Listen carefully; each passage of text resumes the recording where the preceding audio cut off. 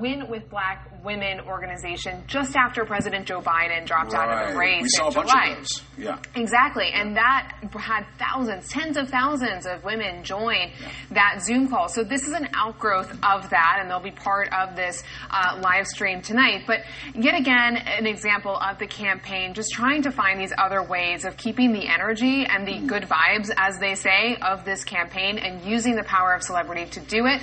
And part of that broader push that has been true over the course of the last week of working on getting people to register to vote. Earlier this week, their focus was on young voters, Black women today. Yeah, when I talk to folks associated with the Kamala Harris campaign, they want to shift from vibes to votes. That is very much where they want to be right now because it's getting so very close to Election Day. Priscilla, thank you so much. Really appreciate it. Yep, Oprah and Kamala they're holding a rally together today in Michigan.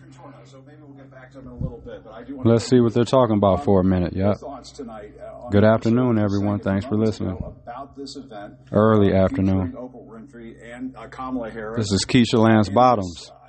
This very concerted effort to drive turnout among Black women. How important is this? Well, this is not just about reaching Black women, because we know Black women alone can't help Kamala or can't win this election for the vice president, but there will be 140 different grassroots organizations, including white dudes for Kamala Harris, Latinas for Harris, Out for Harris, in addition to Win with Black Women, and organizations across the country. And what we know is that when we have grassroots organizations involved, they are speaking for communities, they're speaking for their neighbors. So it's about touching people where they are. We love to have endorsements in campaigns, but at the end of the day, it's about counting votes one by one. And the most trusted voices during election season are the grassroots folk in the communities who are speaking for communities. So this is a really big deal. One, it's with Oprah Winfrey. But secondly, Oprah Winfrey identifies as an independent voter. So this is about reaching a cross-section across America. Yeah. Talk, niggas start the car, let the Porsche talk. Crib big as AC, yard like the boardwalk. Models in the master bedroom, get your cough on. Haze lit, Kush lit, I move and I push shit. I could send niggas to war like George Bush did. LV gators on, 20G footprints. Top 5, I could give a nod and a shot fly. I was in a drop top when I dropped by. Yeah, you know it was 2014. The work is white, but the money is all green. Big boy dialogue, all the real niggas with integrity and respect. Salute, I admire y'all. First to the floor, ace in the glad. Been out all night, nigga grabbing on that. Riding around getting it, my old bitch mad. I'm way too rich to be acting like that. She got an attitude, I used to love her.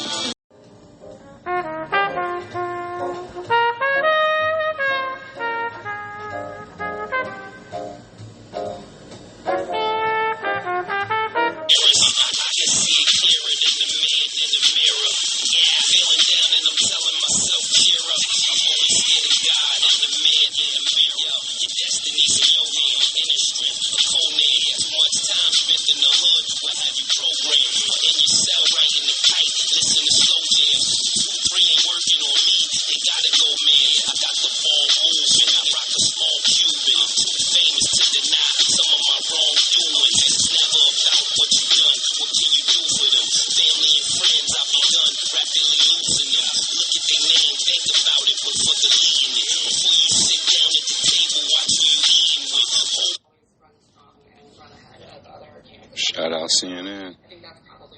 They're talking about Wisconsin. Wisconsin sending out mail-in ballots today. Let's see what they're talking about. This is Jessie Opoien. She's a state politics reporter from the Milwaukee Journal-Sentinel. Let's see what she's talking about. Yeah, very interesting. Can we dig into one group that has become, gone in focus here, and that is Polish Americans? The Milwaukee Journal-Sentinel published a letter that is from a group of dozens of Polish American Wisconsinites, including current and former Democratic elected officials. They criticized Donald Trump's comments about Russia's war with Ukraine, and they backed Kamala Harris because earlier this year Trump said he would encourage Russia to, quote, do whatever the hell they want. And, quote, Polish people in the U.S. and around the world know that our future is tied to Ukraine because after Ukraine, Putin's next target is Poland. Now, Politico, by contrast, calls the Polish-American vote a mirage. They say, well, this is just a razor-thin margin is going to decide this election in a small group of battleground states, both campaigns leaving no rock unturned, and there's this fixation on the Polish-American vote. There is just one problem, they write. The Polish-American voting bloc, both campaigns are targeting, is a mirage. It's a phantom battleground constituency that doesn't really exist anymore. What is your view from the ground? Does it exist? And if so, how much does it matter? Well, I will be honest, it's not something I hear about a lot. But that being said, the races in Wisconsin, they're decided by 20,000 votes, 10,000 votes, 30,000 votes. So it could be anything. It could be Polish-American voters. It could be women. It could be older folks. It could be anything. So I think, you would be, if you're campaigning here, you would be a fool to ignore any constituency and to write any constituency off. Very interesting. So Ron Brownstein, who is a good friend of the show, he wrote that part of why Wisconsin may be tougher for Democrats than Michigan and Pennsylvania are for a couple of reasons. The minority share of the population is smaller in Wisconsin than in the other two states. And whites without a college degree, which is the core of the modern GOP coalition in the Trump era, he writes, cast about 3/5 of the votes there, compared to about half in Michigan and Pennsylvania. This would seem to underscore why the state might be tougher for Democrats than some assume. No, absolutely. Look, the industries that drive the state are, at the end of the day, it's still manufacturing and agriculture, and it's looking at policies like having goods made in America and protecting those jobs that have driven the state for so many years, whether it's shipbuilding or family farms. So, again, I love to repeat this over and over again, but it's such a razor-thin margin here in this state that, again, any constituency should not be ignored. Yeah. Jesse, is there anything, as we wrap up here, going on the ground in Wisconsin that you think is really worth paying attention to that perhaps is not being focused on? I think what I'm really interested in right now is it's Waukesha County kind of became a cliche over the years, crucial Waukesha County. But yes. What has been really interesting to me, and I've been spending some time there, is that Democrats are competing there in ways that they have not in years past. I think the county is going to continue to vote Republican, but the margins are smaller and smaller and smaller for the Democrats who lose the area. And so you're seeing Tammy Baldwin, Kamala Harris campaigning in the area, but then you're also still seeing Republicans making a strong play there. And so I think it's, it's going to be interesting to watch some of those counties that are... In other words, Wisconsin's razor thin. It's tight here. Because, this is a white, being honest, and I've been here forever.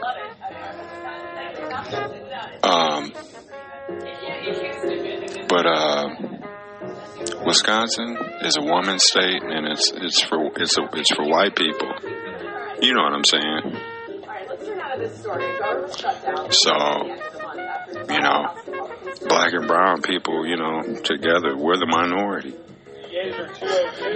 Come on, y'all. We need to support Kamala. Let's get it together.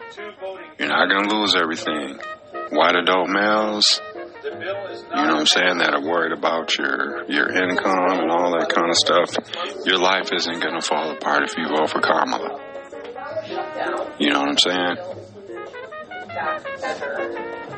But just want to say good morning to everyone, though, and we appreciate everyone listening.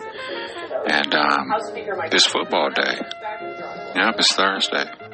I think I'm going to roll with the Jets. I'm going to roll with Aaron Rodgers and the Jets for my survivor pick. Yep. All right, I'm going to let these pets out, feed them when I get back up. And then Michelle and I kick it for a little bit, have some coffee and stuff, get ready for work, and then go take on our work day. And then do it again tomorrow. And then the weekend will be here. All right, y'all. Peace. And thanks for listening. It's the same thing.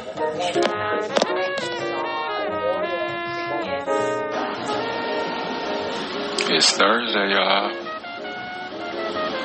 The football week is officially kicked back off. It's week 3 already. We're in week 3 in the NFL already. It seems like just 4 or 5 days ago, I was talking about week 1 and the season starting and all that. That's crazy how fast the NFL season goes once it starts off. Fellas and ladies, you know what I'm saying? Y'all know what I'm talking about. This NFL season goes by fast. It's like a blur. But you know it's not a blur? This coffee. This Collectivo coffee. Shout out Collectivo coffee here in Milwaukee, Wisconsin.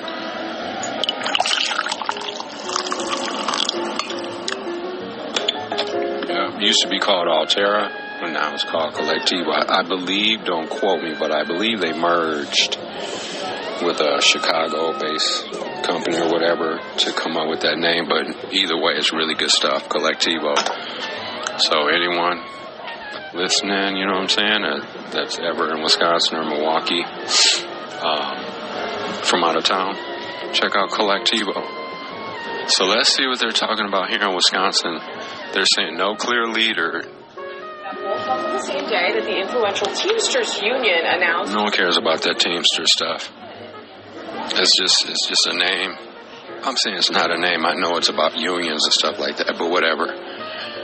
We're worried about the everyday, average people that are getting up and getting out there and voting. And the thing about it is that Teamsters, they didn't endorse either candidate.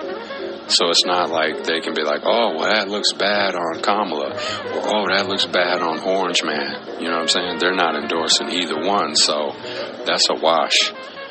We're not worried about that. But Wisconsin, the mail-in ballots go out today. You know what I'm saying? It's time. It's go time. It's go time. It is go time. You know what I'm saying? Go out, you know, knock on doors, talk to people. You know what I'm saying? Don't be pushing up on people, though, when you're asking people about presidential stuff. You know what I'm saying? Make sure they're approachable. You know what I'm saying? Stuff like that. Because you got to keep in mind, everyone's not voting. Everyone's not voting. Everyone's not tuned in to what's going on. Everyone doesn't care, you know, like they should. But, you know what I'm saying? So, yeah. Just have a level of respect when you're out here talking with people about politics. Let's see what Kamala's talking about. Massive detention camps? What are they talking about? We're getting them out of our country. They came in illegally. They're destroying our country. We're getting them out. They're going to be brought back. They're saying Trump leads narrowly on handling of immigration among likely voters in Pennsylvania, Michigan, and Wisconsin. And you know Kamala's winning Pennsylvania, too, now. And Michigan. She's winning them states, y'all. She is winning them states. It's a wrap for Trump. I think everyone can see that. And that's what the polling is saying, but got to get up and vote. You know what I'm saying? Because all polls are predictions. You got to turn that into votes. So choice for president right now, Kamala in Pennsylvania, she's at 51-46. Michigan, 51-46. And Wisconsin, she is leading by a point. Let's get it together, Wisconsin. Let's get it the fuck together. Let's make this state blue. Really no appreciable debate bump for the vice president, this is the first poll that we've seen that has shown any type of movement in a large way in any of the battleground states. Right. Well, and to that point, so Kristen Soltis Anderson, who is a friend here at CNN, wrote this in the Times, Kendra. She said, the reality is the debate may have done more to fire up or reassure Ms. Harris's existing supporters than to add new voters to her ranks in large numbers. While the ABC Ipsos poll found Ms. Harris's supporters back her more strongly than Mr. Trump's supporters back him, it still found nearly half, 47% of respondents, think Ms. Harris is too liberal. It's, of course, better to have your side more energized than your opponent, but an enthusiastic vote doesn't count any more than a begrudging one so long as they vote. Blah, blah, blah. Kamala's got this. Kamala 2024, y'all. Don't be discouraged. she's going to win. She is going to win. She's winning in Pennsylvania. You know, if she wins Pennsylvania, Michigan, and Wisconsin, she can afford to slip up in a couple of them Sun Belt states or whatever.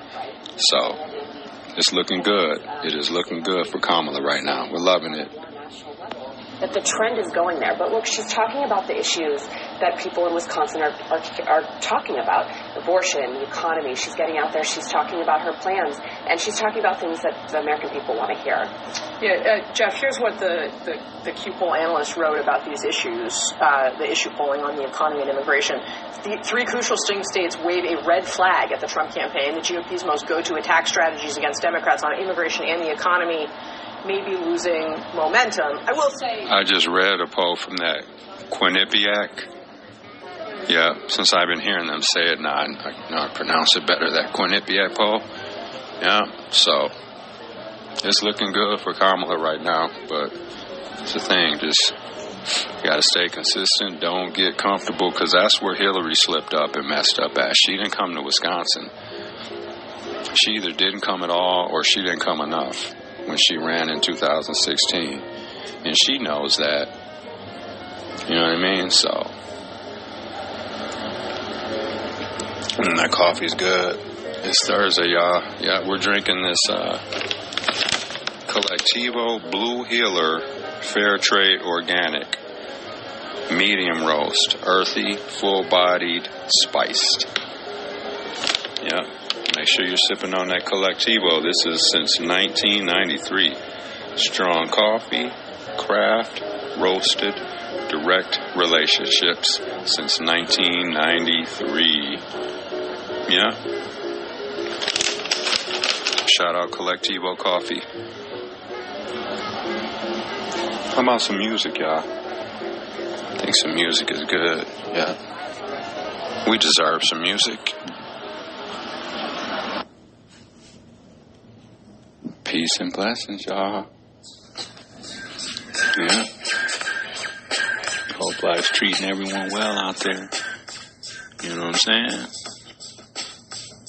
And just want to say, enjoy this Slick Rick. Y'all remember Slick Rick? Hey Young World.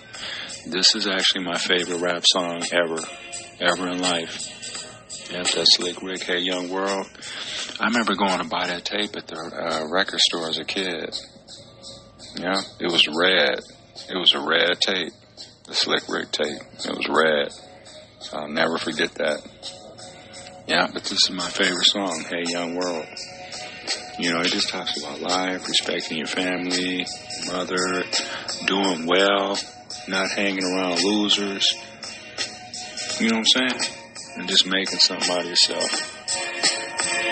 Yeah, this is the instrumental, but yeah, that's my favorite rap song ever.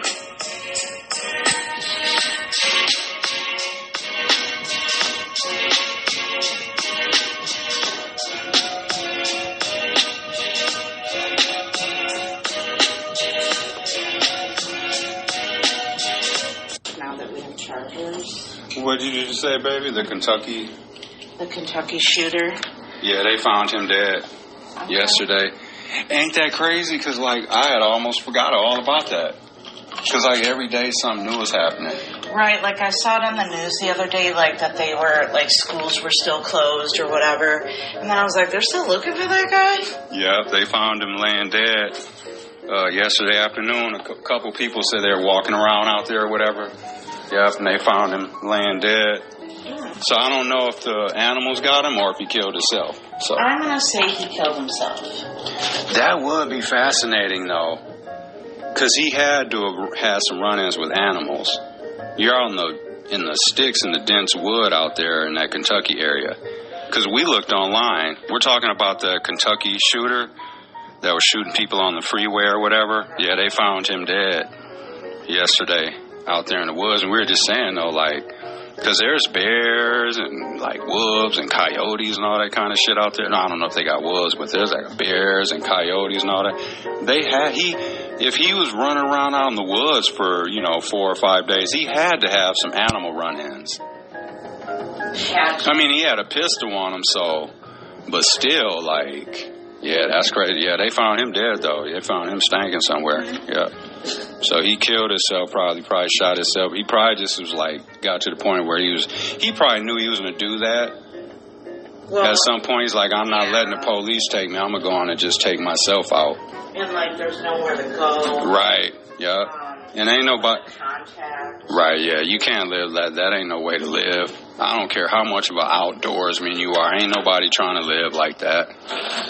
Yeah. Yeah. All right, y'all. Yep, time to go to work. Peace, y'all. Time to make the donuts and we'll holler at everyone soon. Stay safe.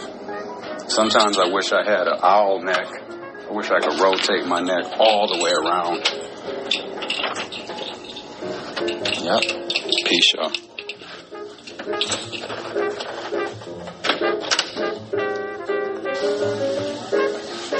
Good morning, baby. Good morning. Happy Thursday. Happy Thursday. Do you need some more coffee? Mm-hmm. Please. A little coffee. Take a shower. Nice. It's Thursday, y'all. Mm-hmm. And I was telling everybody earlier that ballots go out today here in Wisconsin. You should be getting yours in the mail. Yeah. Kamala's only up by a point here in Wisconsin. It's crazy. Our state is so fucking crazy. Yeah. It just is, and and I'm not saying this to sound like negative or anything, but this is and there's nothing negative. I mean, some people could take it the wrong way, but everyone knows that's been living in Wisconsin for any significant time.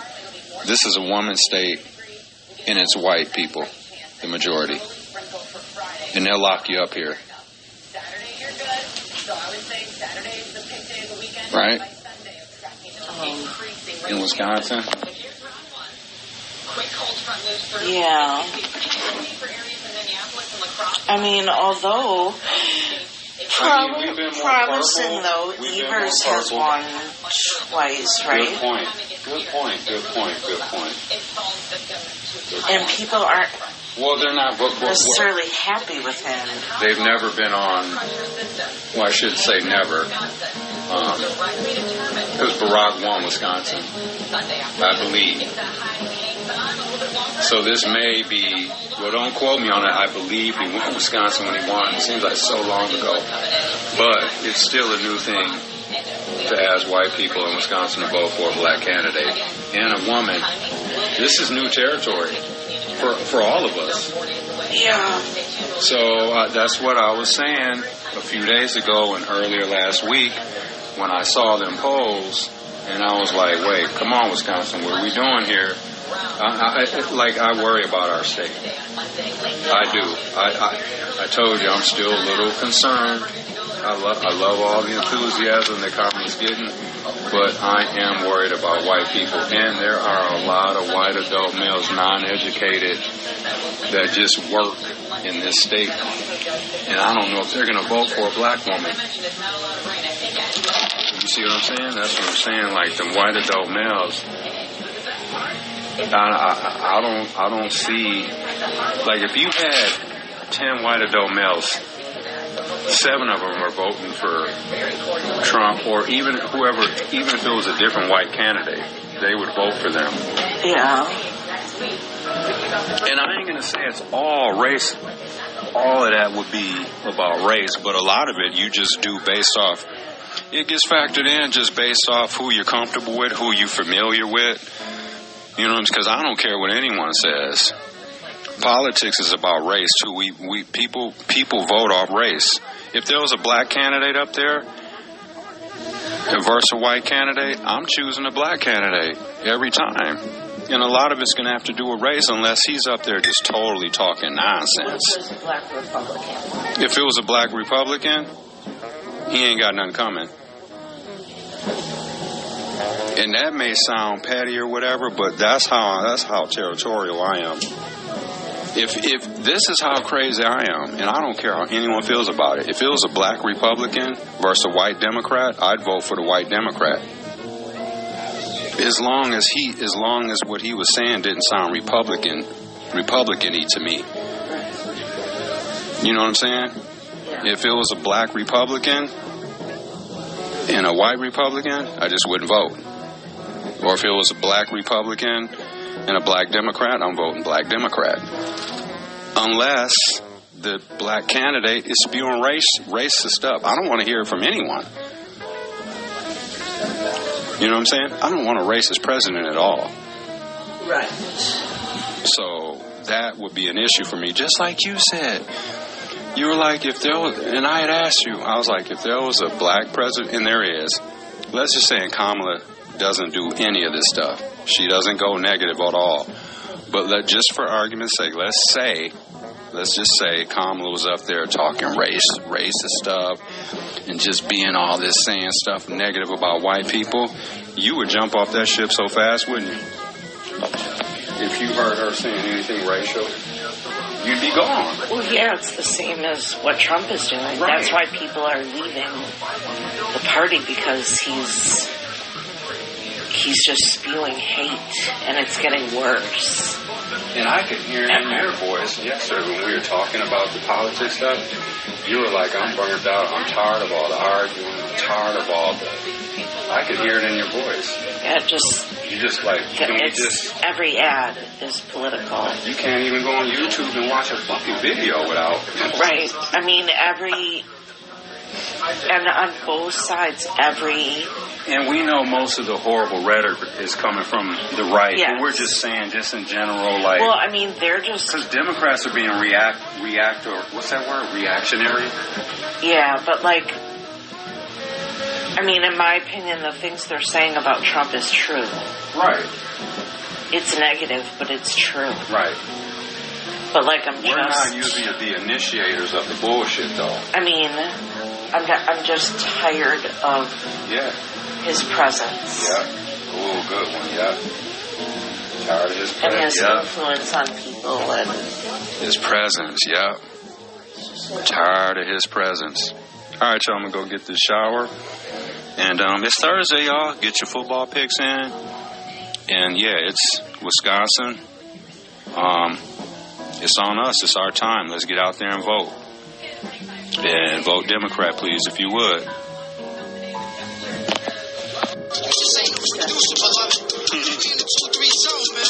little music, y'all. This is Flea Lord right here.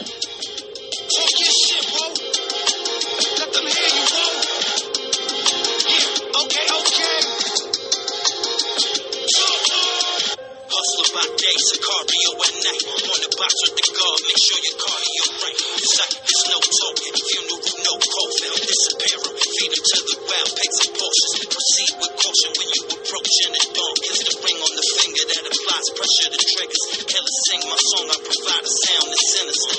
Not from this world of species that hunts the predators down. Wear my crown everywhere that I go.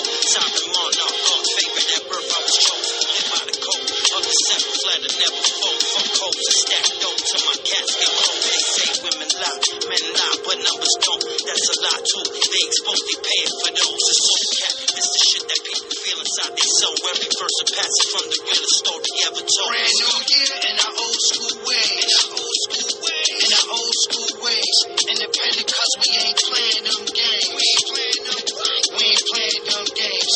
Brand new year. In our old school ways. Independent Lord. Cause we ain't playing them games. Kiff mask on, click clack in my clothes. Out of town, sipping brown, kick back on my walls. 6 stats for a show, kidnap for your hoes. Sell a little bit of merch and get back on the road. Brains getting thicker, getting paid, taking pictures. Fleet a dirty nigga that'll bathe with your sister. Dual exhaust in the truck, young boss, but I'm up. And I save every penny that they tossed in my cup. Career with that. But in other words, CJ Stroud is so great. NFL Day. And you're probably Week 3 starts today. I believe they just picked the wrong guy instead of they picked the wrong structure. Oh, there's no question about it. And Paul Feinbaum said as much yesterday when talking about this. He said, if you parachute I'm picking the Jets tonight for the Survivor Pool. Into the They're at home, too. This team probably would I have not looked at picks yet. I mean, a lot of people lost last week. A lot of people lost. That was a smart pick you did. Yeah, Michelle took Atlanta and they won.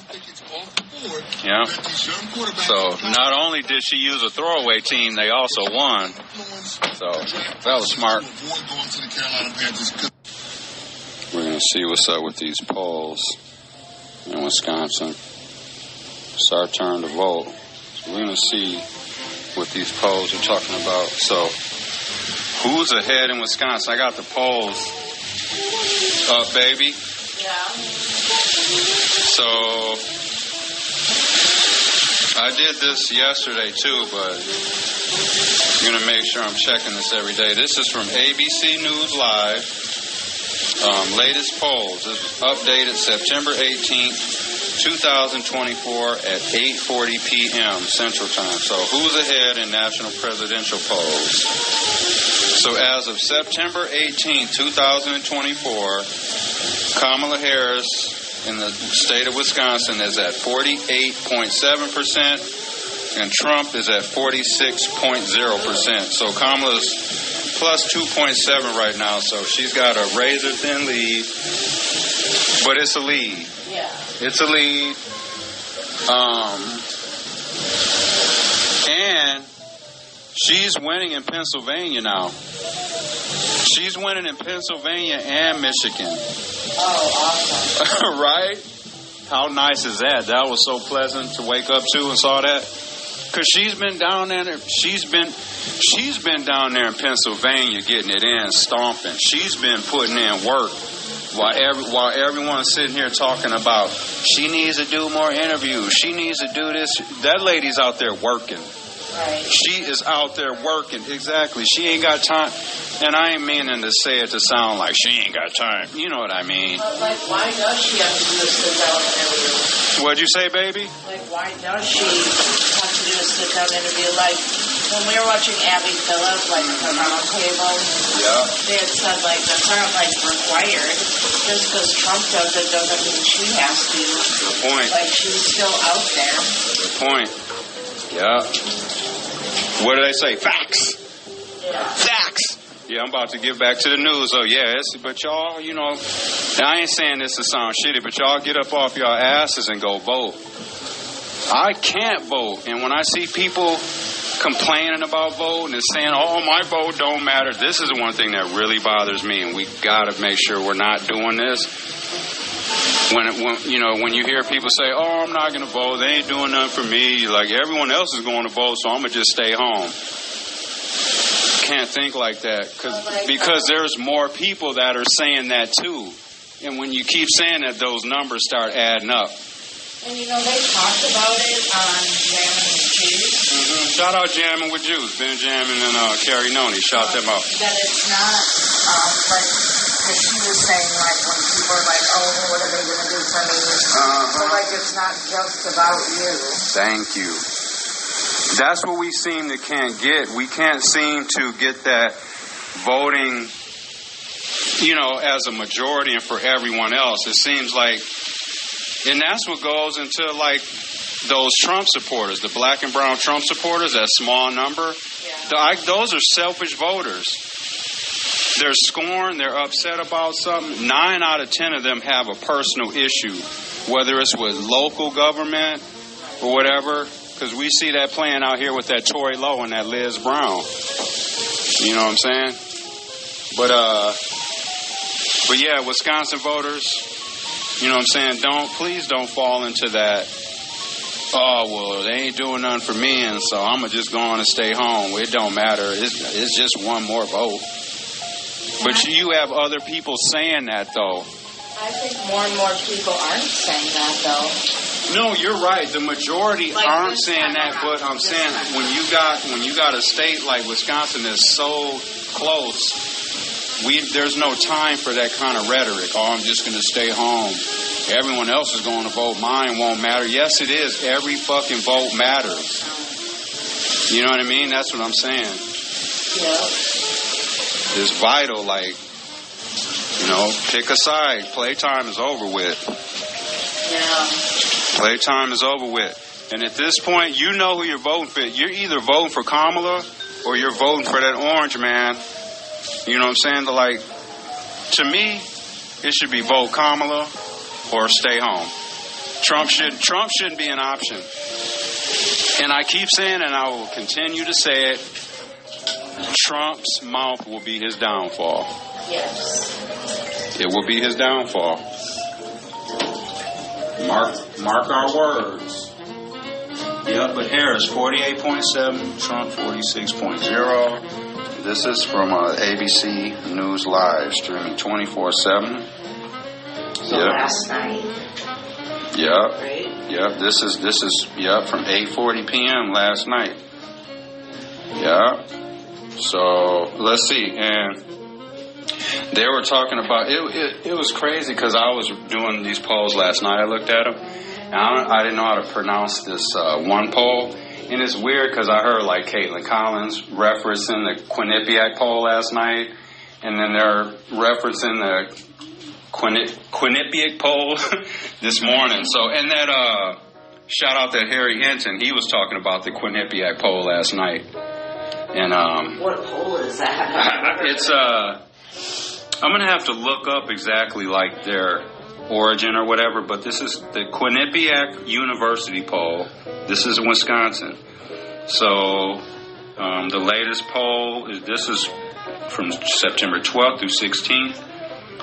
They polled 1,075 people. Mm-hmm. Is that what this means? This LV? 1,070 LV? Maybe. Not sure, so we're not sure. Legal voters. Maybe. I'm just spitballing. Maybe. Okay, but the Quinnipiac University September 12th through 16th polls for the presidential general election Wisconsin 2024, Harris 49, Trump 48. Quinnipiac University, okay, well, they just had like the main two people's numbers, and on so this. So they're basically like a point away. Yeah, Kamala's. And that's what I was saying. In this state, no matter what polls you look at over the past few weeks or anything, Kamala's either been ahead by, it's like 1 to 3 points, or it's tied. Right. It's been that way the whole time. So basically, she's got a very, very tiny Isn't lead. That kind of how the last election was? Yeah, it was. It was. Biden won Wisconsin by, I think it was like less than 20,000 votes or something like that. He won the election by the hair in his ears. by his little ear hairs. Yeah. Yeah. Yeah, it's tight out here. What is this? Insider Advantage poll. Harris 48, Trump 47. The Redfield and Wilton Strategies poll. Harris 49, Trump 46. Yep. And the Morning Consult poll. This one is from August 30th through September 8th, so that one probably needs to be updated. But that had Harris 49, Trump 46. So, you know what I'm saying? Close. It's close, and she's winning. You know what I'm saying? And a lot of it. I'm gonna be honest. Like, some people vote for Kamala. I don't think they really are down for her, but they're just done with Trump. Right. They're done with Trump. They're just done with it. And I think people, at least with Kamala, they see that her heart's in the right place. And she wants to do a good job, and she's going to take the job seriously. And I think people can see that even though her plans might need some work, and people might say, oh, how are you going to pay for it? How's this? She has a plan.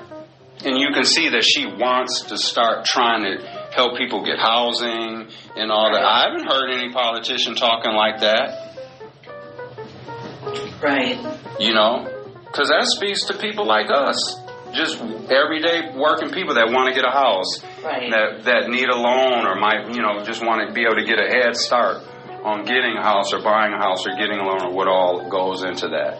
And she's speaking that language for everyone.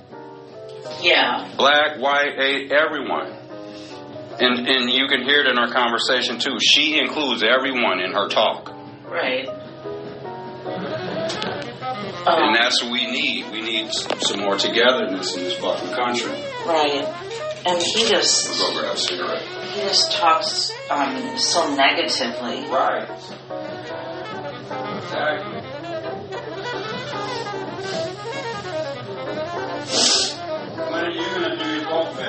I want to go in person this year.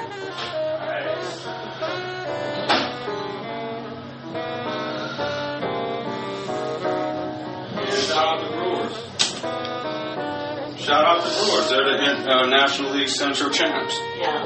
Good for the Brewers. That's all. I ain't even been following baseball. I woke up this morning and said, "Oh, damn!" I just saw that on the news. I was like, "Baseball's still going on."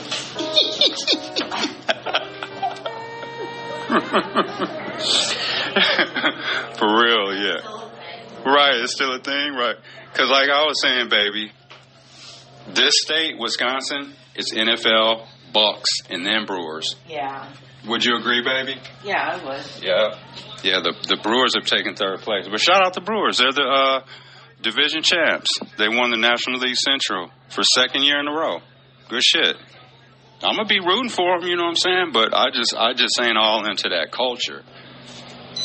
I ain't all into the tailgating and the having 70 beers and, you know, I ain't with all that. Yeah.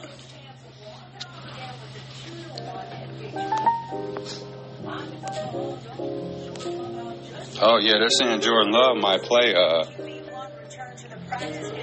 this week. I would still hold him out a game, though, just because. But we'll see. It's good to see him back. Jordan Love back practicing as we play Tennessee Sunday at noon. I would hold him out. I would go on and hold him out. So I got a video here I want y'all to listen to, if you wouldn't mind. So this is and I'm not a big Joe Rogan fan at all. Like, I do like his, when he talks about, like, animals and stuff like that, like the big cats and all that. Like, I find that pretty fascinating. But other than that, I don't really fuck with Joe Rogan. He's a conspiracy theorist. Yeah, he's just, when he was on news radio back in the day, when he first started, right, you know what I'm saying? He was more humble, just more funny, just more normal acting and stuff. Yeah, but like his head is, he's got a huge ego now, but he is smart. And he was doing a podcast, obviously, and he was talking about Kamala Harris and how he thinks she's faring right now. So let's just listen to what Joe Rogan has to say.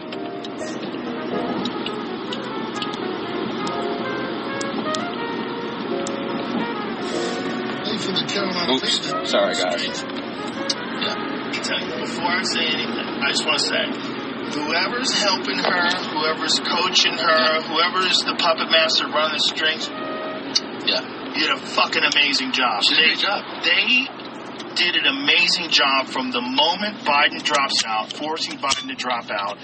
Right, whatever they're doing, whoever's writing those speeches, getting her to deliver them, coaching her, she's nailing it. She nailed that one speech. She's like, say it to my face. Everybody's cheering. Yeah, she nailed it, dude. And then last night, to me, when I was like, oh my God, this is jiu-jitsu, where she was like, if you go to his rallies, his crowds are boring, they're tired, they all leave early. Like, I have the best crowds, I have the number one crowd. He couldn't help himself. And she got him. She walked him right in. 100%. 100%. See, the difference in that debate was not a difference in, like, who's going to have better policies, who's going to be better for the country. The difference in the debate, in my opinion, was who was better prepared. Mm-hmm. She was way better prepared. Yeah. And even when it came to answering tough questions, instead of answering, she would just say things that she believed. Yes, sure. And they sounded real good. That's the soundbite. That's called being a savvy politician. It's also called being someone who's working with a team versus someone who's like, they said Trump, that deal was the best deal. They've never seen a deal like this before. They said, how did you put that deal together? People think that was just brilliant. Yeah, I know. It's like, he's not working with a team that's like, I mean, I know he's doing like mock debates. I know he did one with, I think he did one with Tulsi Gabbard, but someone needs to like tell him, like, you've got these tiny little windows and you should have all the words ready for those windows. He started out, no repeating things. Yeah, he started out, yeah, he's an idiot. Yeah. So go check that out. When you lose your money, you lose nothing. When you lose your health, you lose something. When you lose your character, you lose everything. Laying out the way, yeah, I ain't doing too much. Probably with my wife on the island, yeah, I moved up. Used to sell dope on the strip, watch it shoot up. Any rapper that trip well, that's the one I shoot up. Used to check niggas like I made nice. I am really dope enough to drink Pave ice. I am really smooth enough to do Sade pipes. Hard enough to kill any rapper, probably twice. Niggas keep coming with their list. How can I relate if they wasn't in the mix? Never had a gun in a spliff and a pocket full of nicks. Getting money sleeping next to the pits. That shit. What you know about a robbery? I'm the bad side effect of what poverty's done. Damn little peanut butter, it's mahogany gun. If you ever think of shooting me, swallow the gun. I'm laying out the way. I ain't doing too much. I ain't doing too much. I ain't doing too much. To get out on bail, why is this such a huge win for prosecutors? Well, it's important to remember that in a sex trafficking case, there is a presumption against giving the defendant bail. And that's something that's not talked about enough. That there is a situation where there is nothing that the prosecution can offer that would overcome the presumption that he would not return for trial. And so aside from there being a flight risk and a danger to society, there is that heightened issue with the presumption against granting him bail from the beginning. These attorneys, and it seems Sean Combs, had been working for weeks to keep this from happening, keep it from him being detained until trial. They bragged about the fact they brought him to New York so he could be arrested here. Is there anything you think that could have done to keep him out of federal jail, or was this inevitable given the nature of the charges and given what he had done with the witnesses prior to this? Well, the evidence and the deck was actually stacked against Diddy in this instance. There was so much evidence, from video surveillance to a digital footprint. They have thumb drives, they have hard drives, they have guns, they have weapons. Yeah, they're trying to bring old Diddy down. You know what I'm saying? That shit's crazy.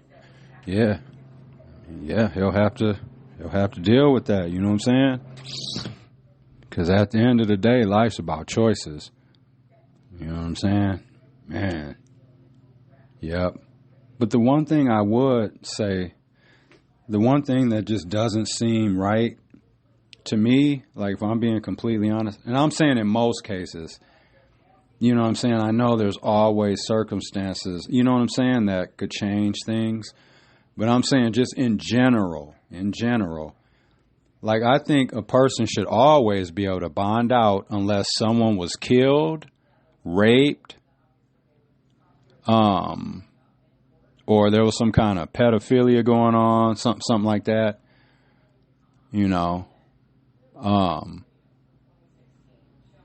But I guess, yeah, in this case, there is, like, rape, I think, allegations and all kinds of weird stuff. So, yeah, I don't think Diddy's going to be getting out. Yeah, so that's not a great example because he has those kind of charges. But in general, I'm saying, like, so I feel like those are situations where a person shouldn't receive bail, is what I'm saying. And he has those, so he shouldn't get out. You know, but who am I? But I'm saying in general, because it's like almost like, you know, because what they say and what they actually do or how they treat you or perceive you by the bail amount and all that, it's like they're already saying he's guilty. You know what I'm saying? Because it's like you're saying no bail, but you're saying innocent until proven guilty. You know what I'm saying? Like, why isn't he being arrested? I'm not even talking about him specific. I'm just saying someone in that situation that I said, if you haven't raped, murdered, or like did some kind, you know, some kind of child molestation or something like that. I mean, something just super heinous, you know, a school shoot, you know what I'm saying? Just stuff like that. I feel like a person should, you know, if they need to be arrested for something and taken to jail or whatever, and then I feel like they should be given a bail, even if it's like a stupid, crazy amount. You know what I'm saying? Because how are you going to say someone's innocent until proven guilty, but give them this stupid large amount of bail where they can't get out and they haven't even been to trial? You don't even know if they're going to take their case to trial or not. You don't know if they're going to plead guilty or not. If anything, like, shouldn't the bail and stuff and all that kind of stuff be set after the guilty plea, hearing? Where you go and you plead not guilty or guilty or whatever. Shouldn't at that point, like, the bail amount be set then? Because if you're going to say, yeah, you're guilty of something, then they're saying, okay, boom, you're guilty. So that means you're not taking it to trial, and then boom, and then the next court hearing will be a sentencing, and then boom. You know what I'm saying? But to arrest somebody for something, let's say somebody gets arrested for an armed robbery. They get arrested, they get taken to jail, and they get a $150,000 bail. You're already, like, that's a large amount of bail. So, like, in theory, like, just by the size of the bail, you're already saying that you feel they're guilty. Based on the evidence, there's enough to bound you over for trial, feel like there's been a crime committed and all that. Well, dang, like, why don't you just sentence the person right then and there then? Because, like, all the legal action that's taken place, you're saying the person's guilty already by the excessive bail amount. Look what happened to Khalid Browder. He got accused of stealing somebody's backpack, which he never did. He got thrown in, he went to Rikers Island. The COs, the guards and stuff in there were beating him up and abusing him. Other inmates in there were in there beating him. I don't call people inmates. People that were in there were beating him up. He was having a rough time in there. And then when he finally got out, he ended up killing himself because he was so mentally messed up. And then his mother ended up killing herself from a broken heart. Like, literally. I know that's the same, but that was, like, real. Like, she was so hurt, she ended up killing herself. Y'all go check out the Khalid Browder story. It's on Netflix, all that stuff. It's a sad story. But that's what I'm saying. Like, he was given this bail amount, and he couldn't pay it. He was poor. He didn't have anything. So they gave him this crazy bail amount, and he could not pay it, and he just sat there and sat there and sat there and sat there. So that, you know what I'm saying? That's an example. It's like you're already saying he's guilty by the excessive bail amount. You know what I'm saying? But I'm just not for every situation. I'm just saying, like, just think about that. Sometimes by, like, the stupid, crazy bail amounts. And if someone murders somebody, I'm talking about if you murder, that's what I'm saying. If someone died, was raped, child molest, you know what I'm talking about, the super serious crimes. They should, like, I'd be okay with people not getting a bail. I'd be okay with that. But for people that do, and I'm not, like, saying, like, stealing cars isn't nothing, or, sticking up a store. I'm not saying the crime is crime, but like a burglary or writing a bad check or something like that. You know what I'm saying? Or stealing stuff from the store or whatever. Just property crimes, I guess, is what I'm saying. Like, I feel like a person should always be able to get a bail and fight their charge from the street. Because that also makes jails and prisons overcrowded. You know what I mean? When people are going in there and they can't, either pay the bail because it's so much, or or someone's on probation and parole and they can't get out because you violated. Like, that's crazy. You know what I'm saying? But yeah. But back to the episode. But you know what I'm saying in general, like, if you really think about it, if you get arrested for something, right?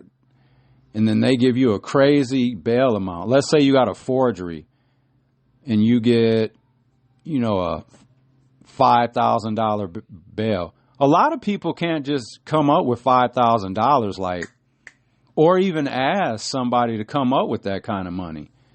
You know what I'm saying? So you end up sitting there, Like a situation like that, that should be a PR bond. That means you sign yourself out and you agree to come back to court and all that. Because I've been through that.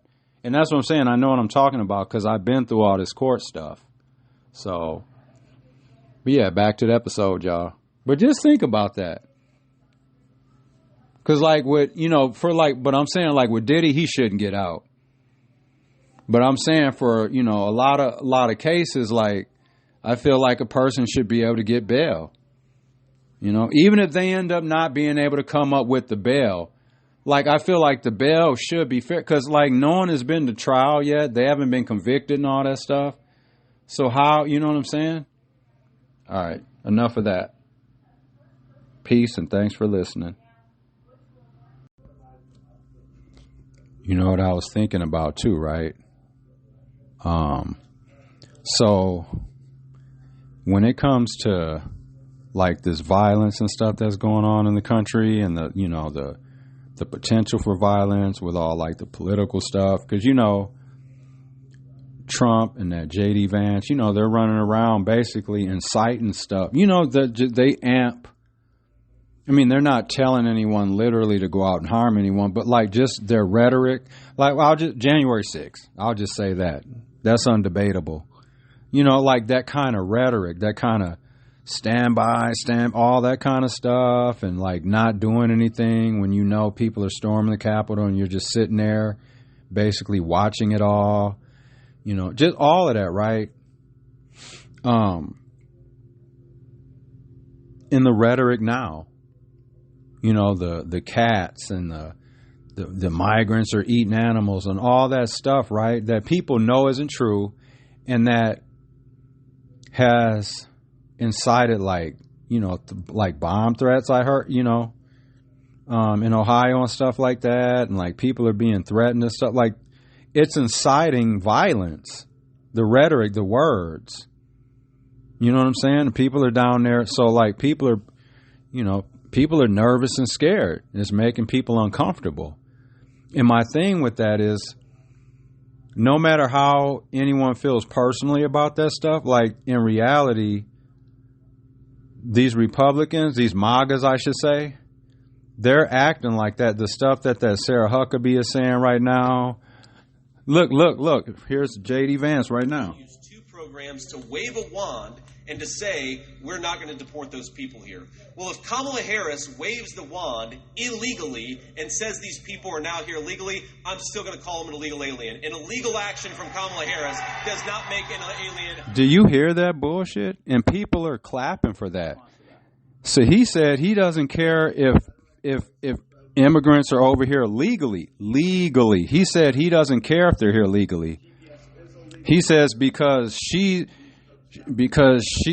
for, legal migrants, or basically saying because she's for migrants, he's going to still call them illegal anyways. He doesn't care. That's my point. They're these MAGAs, they're literally just doing whatever now. They're just reaching out to white adult males and white females that feel the same way that they do, because they know they're losing. You know what I'm saying? They know they're losing and they're just saying whatever. And this gets to the point I was about to make. They're saying all this stuff and doing all this stuff and not caring about it because they know at the end of the day, right, the only entity or individual or organization or whatever that could stop it, that could step in and be like, yo, y'all, you guys can't do this. Like this is illegal. You can't run a campaign like this. You're inciting potential violence. It's threatening. It's a security risk. It would have to be whatever law or whatever arm of it, it would have to be law enforcement. It would have to be some form of law enforcement stepping in and being like, telling the MAGA, and the Trumps, like, you guys can't be doing this stuff. Because no politician can step in and be like, hey, because like Trump's technically, Trump's not an elected official at all. He's just a regular citizen like you and I are. You know what I'm saying? So, like, in reality, the only way, like, that this stuff could, like, stop, or not stop, because people are going to do what they want to do. But you know what I'm saying? For the only person that could really step in, it would have to be some form of law enforcement. Because if you were, you know, if any just regular person was saying threatening things, or like you could go online and get into an argument with somebody, and there could be something like language in there could be considered threatening or whatever. You get other people riled up or whatever. They could consider that inciting a riot and all that kind of stuff. They'll shut your page down and all that. Fortunately, I haven't had none of that happen because I don't get on there doing that stuff. That's just a waste of time to argue online with strangers. Yeah, I've never been into that. But you know what I'm saying? Like, they'll shut your page down. And depending on what you were saying and stuff like that, you may get a knock on your door from law enforcement. So why can politicians, or Trump's not even a politician. So like, why can but J.D. Vance is, like, why can they say that kind of stuff and not get a knock on their door? Because that's what I'm saying. And they know that. They know that the only thing that could happen, they know it would have to be law enforcement to step in to stop that, to be like, yo, this can't happen, this stuff has to stop. And they know that's not going to happen. They're losing, they're desperate, and that's why they're just saying any old kind of stuff now. That Sarah Huckabee is such a clown. She is a clown, man. She looks depressed. Yeah, they're just hating on Kamala because she's winning. They hate seeing a black woman just be successful and win. They hate it. They can't stand it. You know what I'm saying? And that's another reason why I want Kamala to win, man. So we can rub it in their face a little bit. And if you don't think politics, it has a lot. I didn't say everything and all of it is, but if you don't think race has a lot to do with politics and who people are voting for, I don't know where you've been. I don't know what kind of brain you have, and I don't know how it works. I don't know. Yeah. But I was just thinking about that. Yeah, the only way that kind of stuff will stop, or at least be contained or controlled, that all that rhetoric, it would have to be some form of law enforcement stepping in. And they're not going to do that because a lot of them are on Trump's side. So just think about that, though. Every job situation for a non-white person in the system of white supremacy, when you speak sparingly. You don't say any more than is absolutely necessary to be said in order to accomplish whatever it is you're trying to accomplish in the best manner. And the best way to always speak, if you can frame whatever you say, because it comes down to how you're speaking most of the time. Whatever you say, try to put it in the form of a question rather than statements. Statements sometimes are resisted, particularly coming from a black person among white people.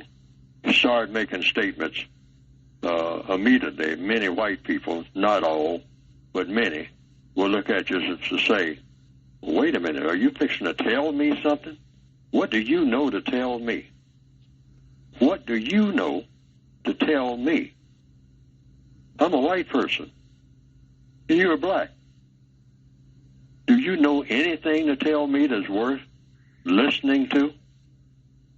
Now, many white people have been taught to think that way.